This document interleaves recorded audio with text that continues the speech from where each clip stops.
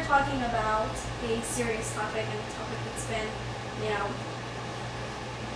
very, very controversial recently. Will you briefly tell us your stance on the Arizona immigration law? The Arizona immigration law would not work in Florida. It's basically a flawed law, and that is true for a number of reasons. First of all, it's a complete duplication of services between what the federal government does and is an attempt to force the state to conduct the same types of activities that are already being performed at another level of government. That's simply wasteful and a duplication of government services. In addition to that, it creates serious personal liberty problems for our citizens who would be subject to provisions of this law that provide for a reasonable suspicion of them being foreign nationals who are here illegally. And there's really no effective way for our law enforcement to determine that.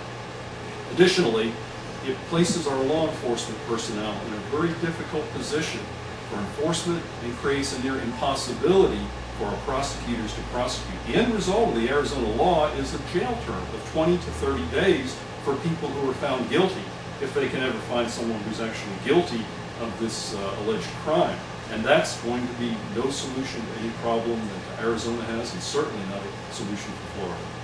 In there, one thing that Mr. Marks said was the fact that we spend so much money on illegals, incarceration, and all of that. And for him, this law, I guess, would help solve that economic problem. Do you think that that would happen? I really don't see how it could. What we're talking about is incarcerating more people, and certainly that involves a considerable level of administrative expense, law enforcement expense, and potentially prison expense. So there's no benefit here to the state in terms of budgetary purposes. The figures that have been bandied about in terms of our population that may not be properly documented are twofold. They're one, educational costs for enrollment in schools, and they're two, healthcare costs, not through Medicaid or Medicare. If you don't have documentation, you're not eligible for those programs, but simply through those people who we care for who show up at our emergency rooms and have a medical emergency.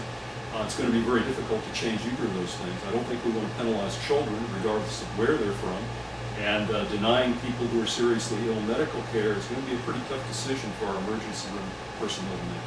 I'd just add that America has always been a beacon to people from other countries who come here in order to have the economic opportunities that we have and the opportunities for religious freedom. I would hate to see us to begin to curtail that and curtail our own freedoms for reasons that don't work, and I would hate to see this type of law expand. Perfect.